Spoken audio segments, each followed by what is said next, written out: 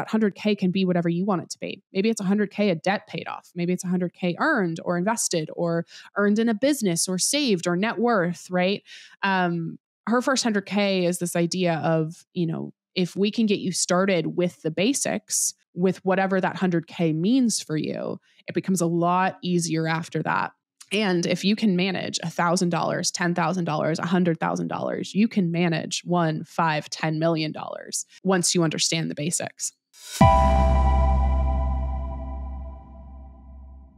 Hi everyone, and welcome back. I'm Betha Moorcraft, a reporter with MoneyWise.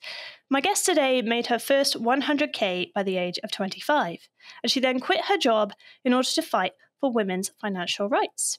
She is the author of Financial Feminist, a New York Times bestseller, the host of the Financial Feminist podcast, and she has over 3 million followers on social media. I'm delighted to welcome Tori Dunlap. So Tori, you've had a busy few years, that's definitely fair to say. Tell us a bit about yourself, your journey, and kind of what inspired this financial feminist movement. Sure. So I graduated college in 2016 with dual degrees in organizational communication, which is like marketing with less math, and theater.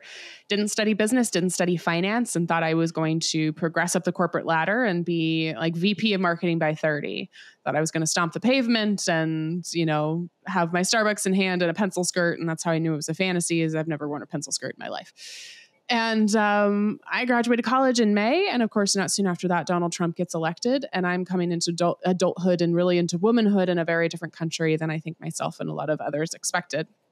And I'm trying to figure out, what kind of person do I want to be? What do I stand for?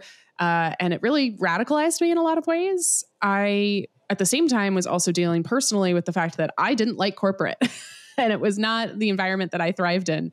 I didn't like making somebody I didn't respect rich. I didn't like having to show up and just, sit in my chair, even if my work was done. And it was just not the environment that I felt like aligned with what I wanted to do and my values and how I wanted to, frankly, live the rest of my working life. So I realized that when I had money, I had options. I realized when I had money, I had the ability to quit the job I didn't want to be in anymore, to start a business, to donate to causes I believed in. And when I was the friend that all of my women friends were coming to for financial advice and guidance, I was like, oh, maybe this is it. Maybe this is how I contribute. And the more research I did, the more learning I did, I realized I don't think we have any sort of equality for any marginalized group until we have financial equality. And so my work was in starting a financial education company on the side of my 9-to-5.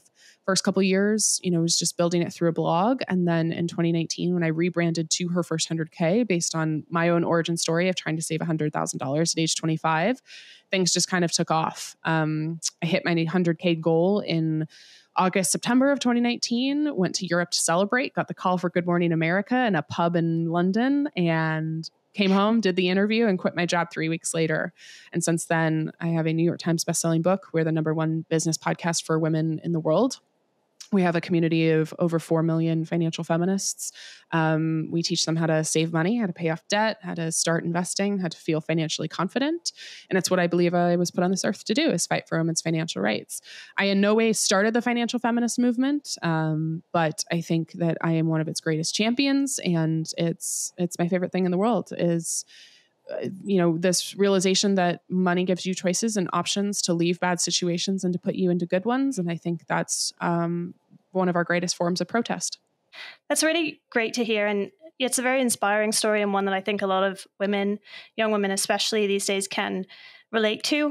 So it's really great what you're doing. I want to take you back to a fun story that you shared. I think it was with New York Times, about how your father inspired your kind of entrepreneurial spirit. Mm-hmm. I think he bought you a candy vending machine, and then you gave you a loan to buy it back. Tell us a bit about that, and also this idea of being entrepreneurial with your personal finances. Kind of, what do you think about that? Yeah, I had a really cool gift that my parents gave me, which was this kind of gift of entrepreneurship. My dad, I was literally home from school one day. I was 9 years old, and he came home with a vending machine, the kind of quarter gumball machines where you put a quarter and you get a handful of candy out, and was just like, do you want to start a business? A 9-year-old me who's precocious and ambitious is just like, yes, sure. Okay. Sounds great. I think it took me 2 years to pay him back for the cost of that machine, which was probably only a couple $100. But I had 15 by the time I graduated high school. All the profits went to my college fund. I didn't invent anything. It wasn't anything new or novel, right? I didn't go on Shark Tank, but I was understanding how to manage money. I had my first checking account when I was 10. I was writing checks for my product to go in my machine. I was learning what profit and loss meant. I was learning, I can't expand my business until I have the money to do so. And I actually sold that business after 11 years to a 10-year-old who also happens to be named Tori, because that's how this crazy world works. And I think that gift of financial education, which included that business, I knew the business thing was rare, but I thought everybody knows not to overspend on credit cards. Everybody knows how to manage money. And only did I realize, again, when I started talking to people and investigating further, that financial education was a privilege. And for me, with that privilege came a responsibility to start and grow her first 100K.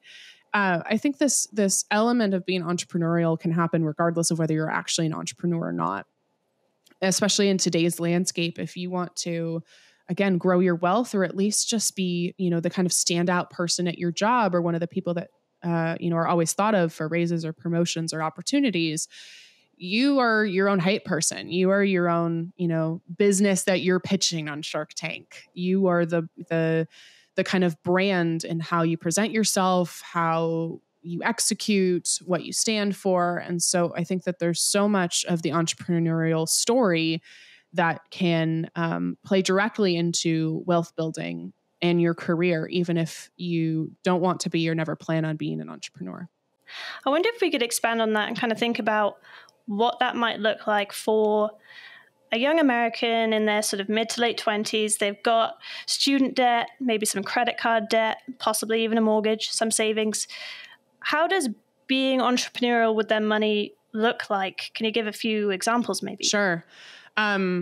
Yeah, I think, first of all, one of the biggest parts of my work is the discussion of systemic oppression when it comes to personal finance.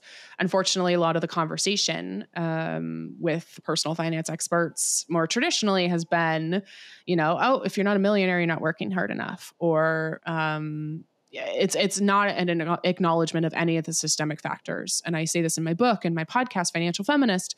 The vast majority of how you manage money has actually nothing to do with your own willpower or your own skills. It has everything to do with a system that exists to, unfortunately, uphold racism, ableism, homophobia, sexism. And so, a $1 trillion student debt crisis, rising house prices, a stagnating minimum wage, all of these have lack of paid family leave.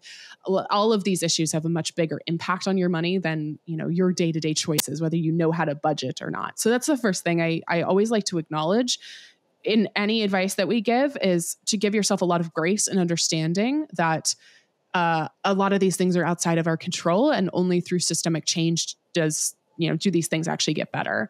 In terms of being entrepreneurial with your own finances, one thing is to always think about your career, again, as your own business, even if you're not running a business. If a career situation is no longer working for you, you're allowed and encouraged to find something different. I see this especially with women, as we believe this loyalty will pay off. We believe, okay, staying in this job and just keeping my head down and doing what I need to do will pay off. It doesn't work like that, right? You have to be your own hype person at work, right? I said that before, but in a way that's not obnoxious. There's a way to call out your accomplishments and to call out, I did this, this was, me plus the team. It's really important that you acknowledge and showcase to your superiors when you're doing great work. And if that work is not being acknowledged anymore or not being rewarded, it's time to find a new situation.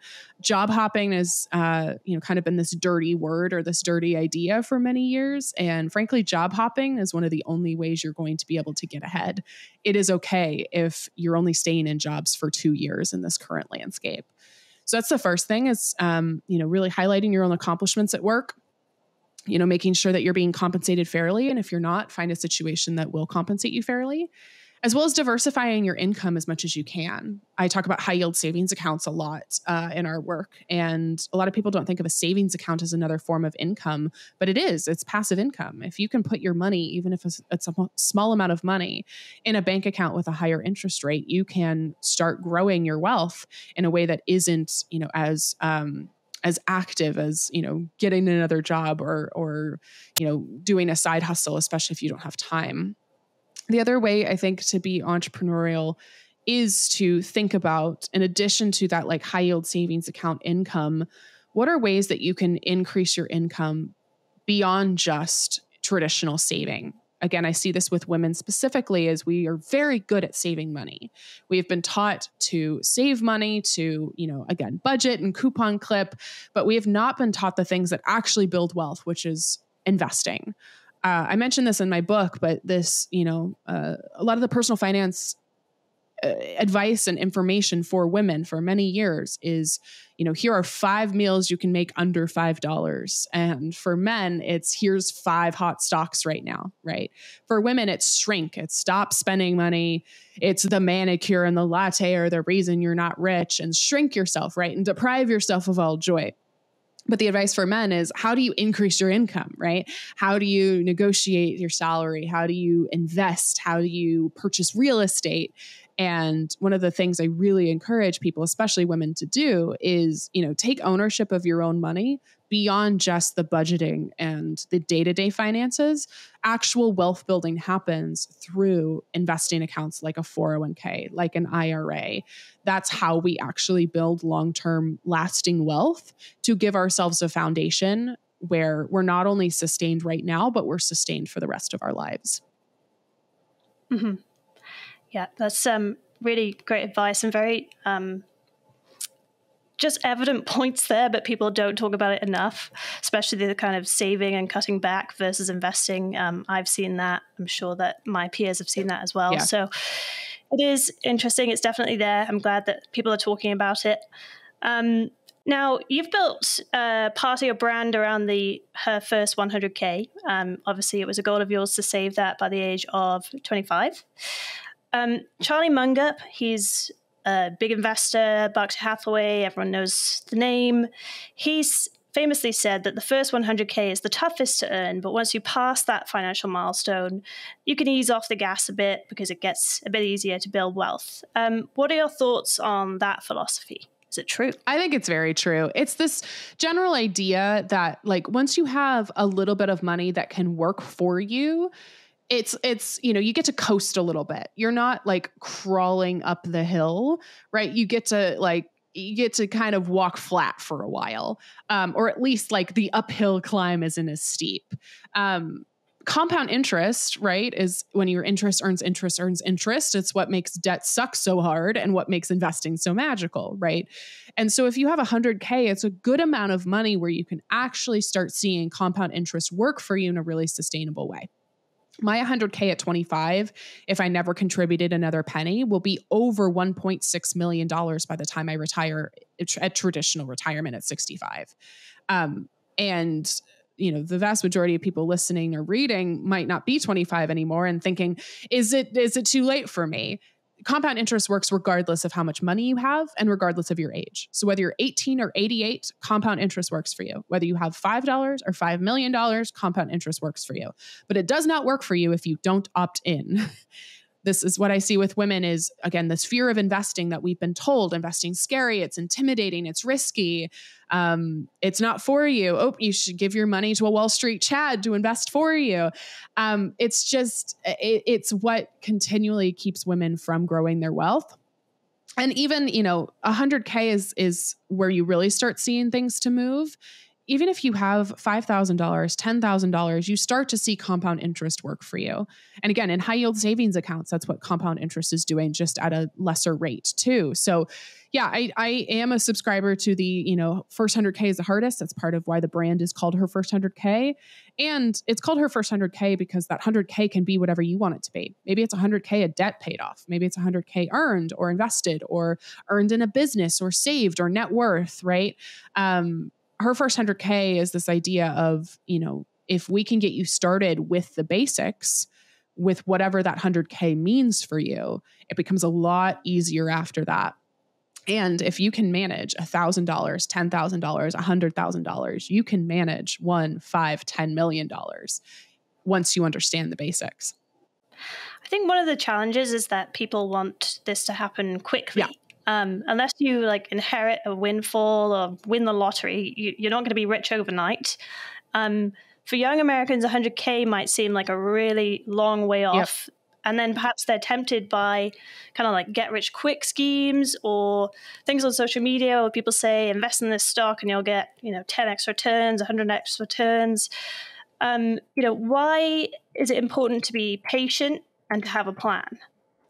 I love this question because unfortunately it isn't talked about enough. We have, 4 million followers on social media, and that's where we're connecting with our audience most. And I am battling constantly against, all of the really uneducated information out there that is talking about, this hot stock or indexed universal life insurance as an investment, which frankly are just scams. I think we were starting to really gain steam in 2021, like 2020, 2021. And we saw what happened in 2021 with this, AMC, GameStop boom. And the interesting thing that happened is a lot of, even the money media conversation around it was like, oh my gosh, all these, people in basements got crazy rich. But the story was not about the vast majority of people who chose to invest in that and actually lost money. Investing is not a day-to-day thing. It is not something to think about over days or weeks or months or even 1 year. It's years, if not decades. And you're right. Like, that's a long time. It's a really it takes consistency and patience more than it takes you picking the hot stock. I really don't invest in individual stocks. That's not what I'm about. I have better things to do with my time, like watch Timothée Chalamet speaking French YouTube compilations. Like, that's where I'd rather spend my time than trying to figure out the next hot stock. And even the people we pay, right? We have over $1 billion financial industry that is upheld on people's beliefs that we can pick a hot stock. I cite this in my book. Cats are better at picking stocks than professional stock pickers. Like, they've done the experiments. The people who are paid millions and billions of dollars to pick stocks are bad at their job, because this is not a immediate thing. This is not a short-term thing. This is a long-term thing. I've been quoted saying before that investing shouldn't be sexy. It should be exciting. It should be stable, consistent, and over a long period of time. And you're right. Beyond, just the get rich quick stuff, it is going to take a long time. And so the focus is not perfection. The focus is not getting a bunch of money overnight. The focus should be consistency. Part of that is due to social media. And obviously you have this big brand on social media, but what are you seeing in terms of that, finfluencer realm out there on the internet? Is it can people trust that? Yeah, I think that there's been a huge light shed on social media in the past couple years as this mine for bad information. And I think that there's plenty of bad information on social media, but also this has been going on forever, right? Snake oil salesmen have existed far before the internet and far before social media.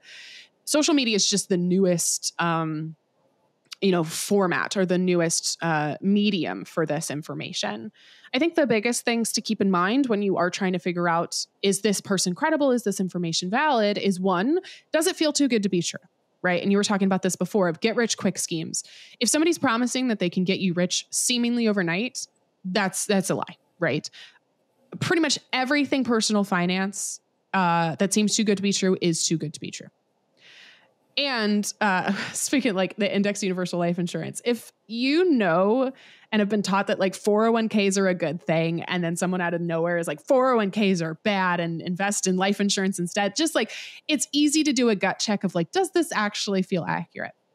Second thing is, especially before you make any sort of decision beyond just following this person on social media, is Google them. Are they credible, right? If you Google me, you can see, I have a New York Times bestselling book. I've been featured in all of these different publications, right? I have credibility in this space. That's the easiest way to check of is this person legitimate and credible, and should I listen to them? And finally, the third thing that I always encourage people to do is, a lot of information out there might be relatively good information, but make you feel like shit. And if something makes you feel terrible or doesn't align with your values, even if it feels like good information, it is not worth listening to. I am very publicly outspoken about Dave Ramsey, and a lot of people who, support him or love his advice are it's tough love, right? It's it doesn't make me feel great, but it works.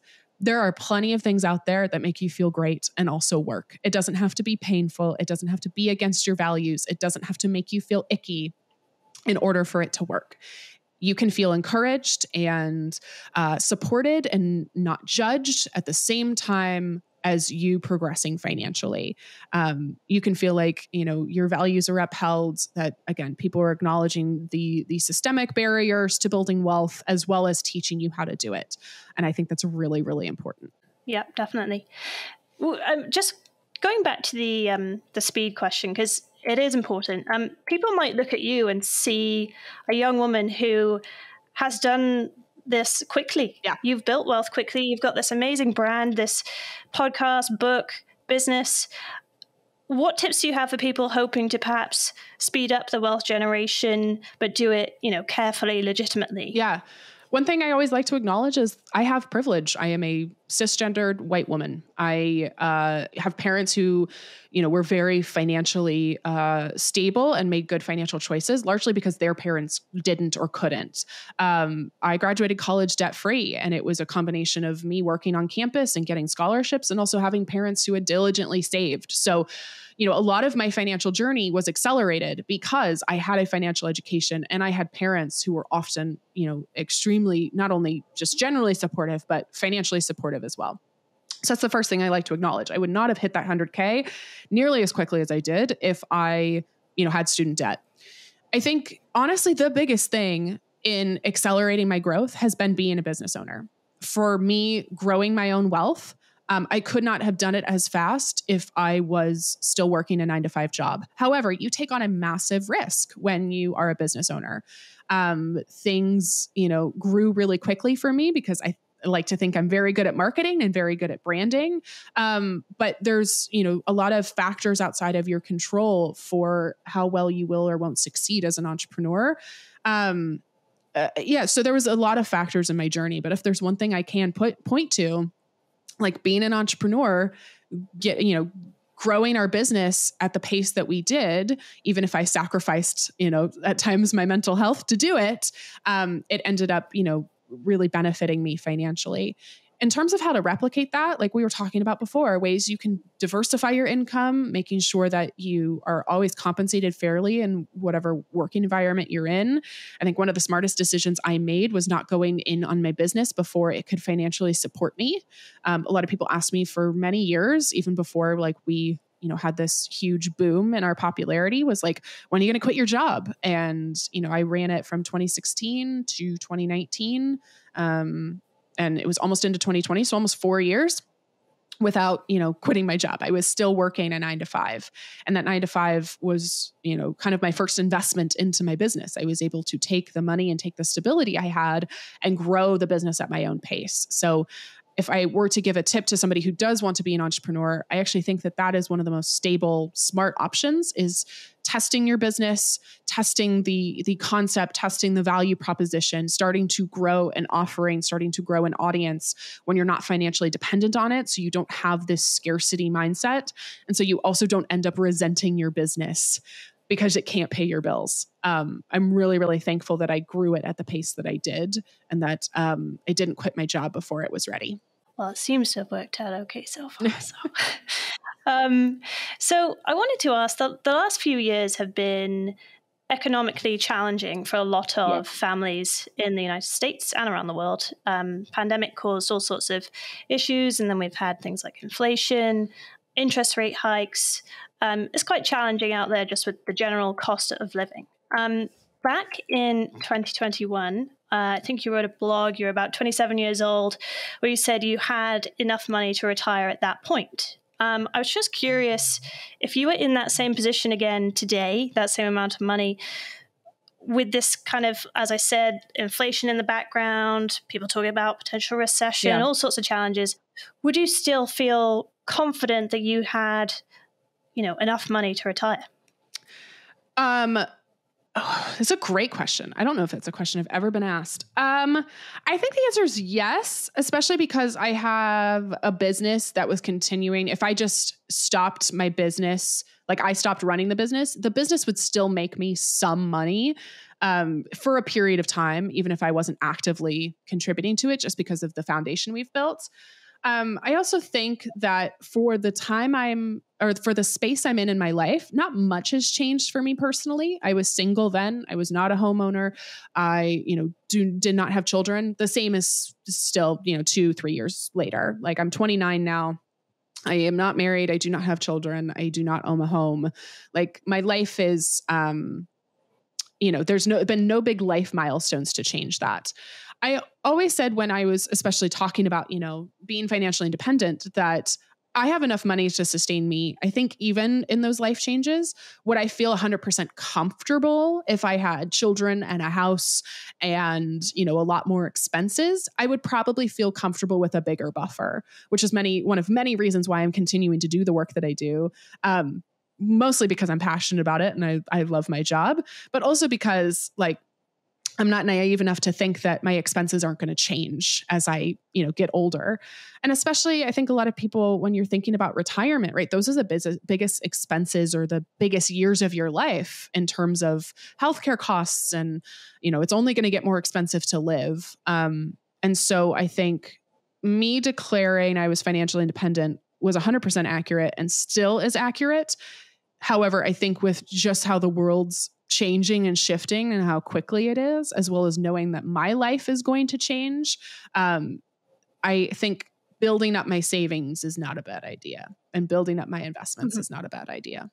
I'm interested in your point about owning a home. Have you had pressure? You're a successful young entrepreneur. Have you felt pressure that you should be buying into that idea that home ownership is the next step? Yes. I mentioned this in my book. We have a whole podcast episode about this. I almost bought property when I was 22, and it was a condo an hour outside of Seattle. And it would have been 20 minutes from my parents. And I love my parents, but that would have been a bad idea. But I had, again, well-intentioned parents who were telling me renting is throwing money down the drain. So you need to purchase property. And the only thing I could afford was, close to my hometown, away from my friends for, a set amount of money in a condominium.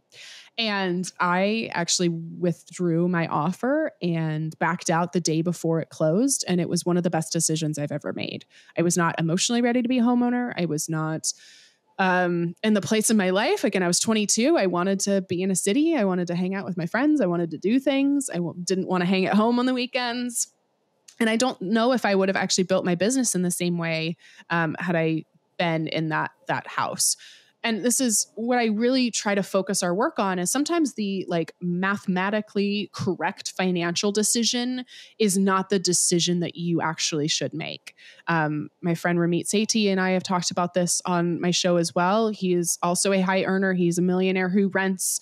It fits the season in our life. That's one of the quotes from the episode. He said it. He's like, it fits the season of my life.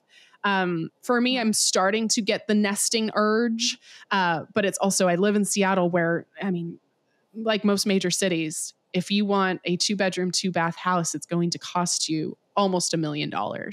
And that's just very difficult for me to stomach, just more emotionally than financially. I think as well, just with how I build the business and the luxury I have of being able to call a landlord when, something breaks or something happens is really great. And even if as a financial expert, I still get the why don't you buy a house that seems pretty stupid? Why are you renting? But I think that, like I said at the beginning of you and I talking, is that money provides you options. And sometimes that option is, nope, I'm going to take the ease and the luxury for me of actually renting rather than building my wealth through property.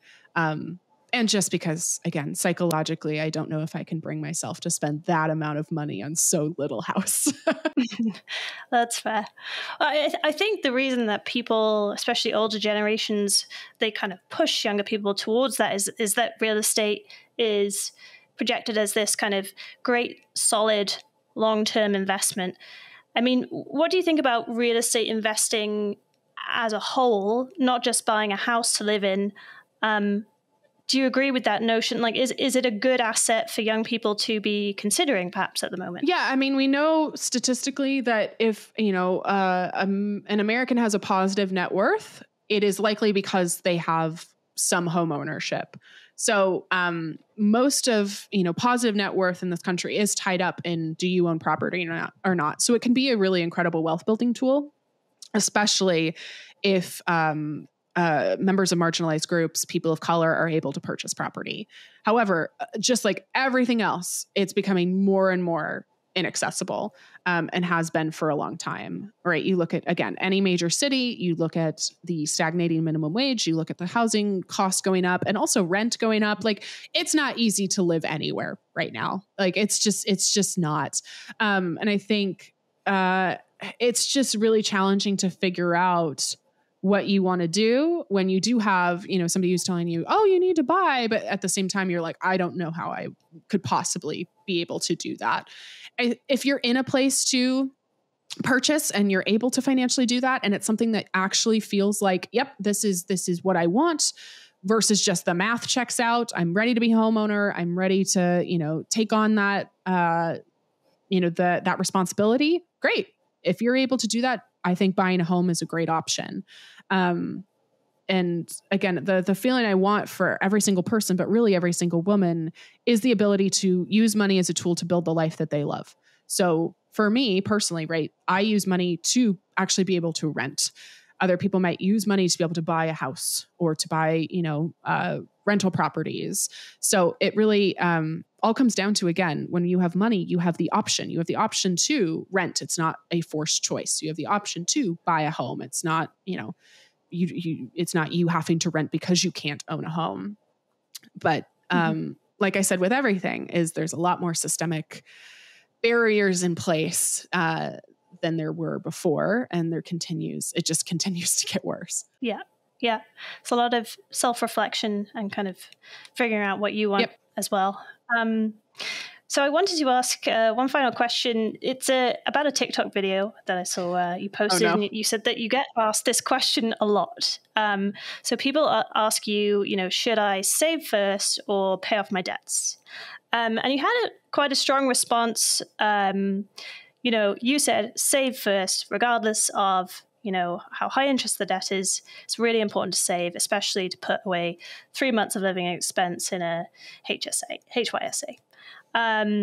So tell me about that. Why do you have that kind of notion about save first, regardless of, how high interest that debt is? Yeah, I have a whole section in my book about this because it is a question I get. And it's always with the second question is they go, should I save first or pay off debt first? And I go, save first. And they go, but I have X amount of debt with X amount of interest rate. And I'm like, you still need to save first. 3 reasons. 1, I don't want you going into more debt trying to pay for an emergency. One inevitably happens, right?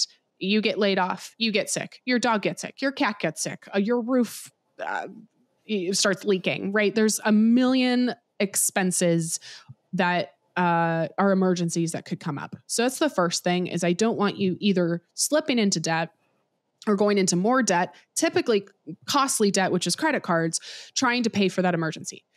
The second thing is that we really value mental health at Her First 100K and the feeling of just knowing I'm okay, at least for a period of time. And I've talked to countless women about this. When their head hits the pillow at night and they know they have something in savings, it's just a weight off their chest. Again, knowing, okay, if I got fired tomorrow, I'm okay. If something happens tomorrow, I'm okay for a period of time. And I was almost going to say money can't buy that feeling, but it literally can. So I think that that's really important, is just this relief that you feel knowing, yep, I have something in savings to cover me. The last thing, in this vein of money can buy us options, I want you to have the ability to get out of a bad situation if you need to do that. 99% of abusive marriages have some sort of financial abuse tied to them. We know the statistics around, domestic violence and how typically women in these relationships are not able to get out, and it's largely due to money. They are not able to leave a bad situation because they are financially unable to do so. The ability to, again, leave a toxic job, the ability to just say, nope, I'm not going to do this anymore, I think is so powerful. And again, so necessary for your mental health. I also just don't want you going through a crisis and having, how do I afford this, as the first thing on your mind when you have a million things you already have to think about with an emergency. So I will say it's definitely an emotional and mental preparation of just giving you peace of mind, giving you the ability to get out of that situation. But also, again, I don't want you slipping into debt or going into more debt trying to pay for that emergency. So that's why we prioritize it first. The other reason I talk about living expenses as the number versus like a solid number, Dave Ramsey infamously, right, has this $1,000 starter emergency fund. I don't know about you, $1,000 doesn't even cover like 1 month's rent for me, right? Yet alone groceries and insurance and all of the rest of it. So this is why we go off of living expenses, because every person's emergency fund is going to be slightly different. And if you hear 3 months of living expenses and you're like, oh my God, that seems like so much money, just start with 1 month. Right. Like 1 month having something in savings is better than nothing.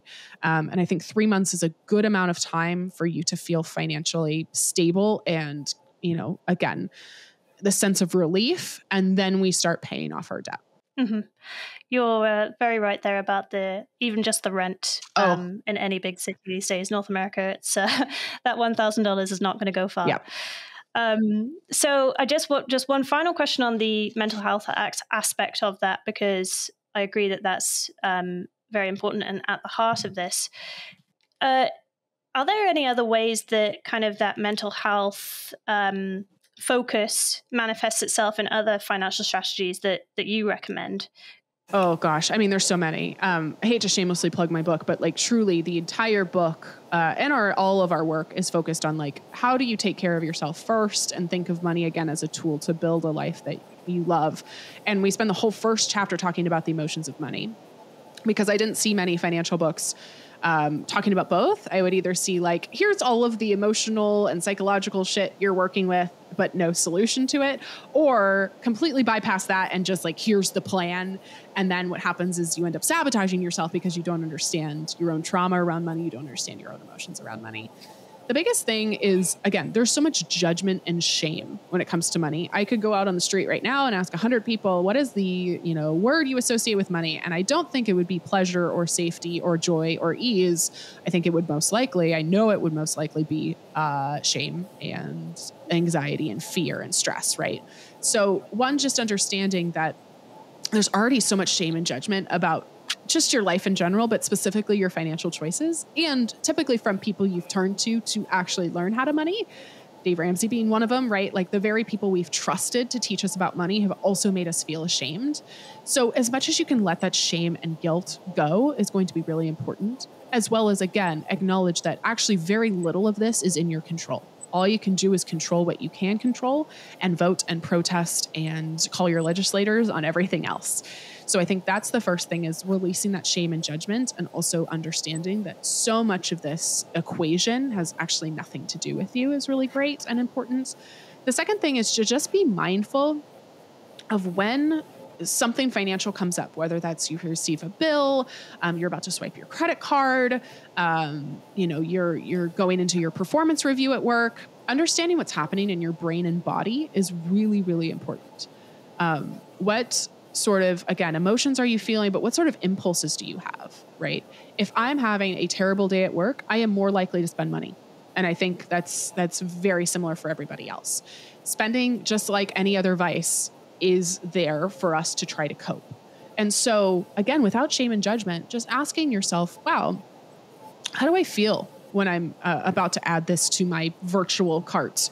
When I swiped up on Instagram for wrinkle reducing stickers, which is a real thing I bought in the pandemic, why did I do this? What am I feeling, right? I joke that it's like being an anthropologist in your own life. You're just like, oh, that's really interesting. I just did that or felt that way. Again, I'm not judging myself. I'm not saying, oh, you terrible person, or how could you make that choice? I'm just going, oh, that's really interesting. You are trying to, in this season of not control the wrinkles on your face. That for you is the only semblance of control you think you have right now. Interesting. Okay.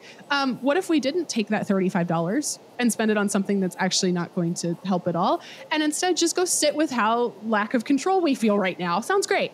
And like, that's harder, but ultimately that's going to make you a better person. It's going to make you better at managing your money. is just being more mindful of what your brain and body are doing before you make some sort of financial choice. And this is also, again, like we were talking about earlier, if your brain and body are going, this doesn't feel right, listen to it. Like, great time to check in with your brain and body. And I would say lastly is just, again, I say that money is a tool. It's so important to realize that you are in control of your money. Your money is not in control of you. Money is not the reason you can't do things. Money can be the tool you use to give you the options and the choices to live a life that you absolutely love. And as much as we can change our mindset to reflect that, I think it's incredibly powerful. Yeah, absolutely. That's a powerful message. Well, Tori, I've certainly taken a lot away from that discussion, and I'm sure that a lot of our viewers, listeners, readers will too. So thank you very much for joining us and sharing your insights with MoneyWise. Thank you for having me.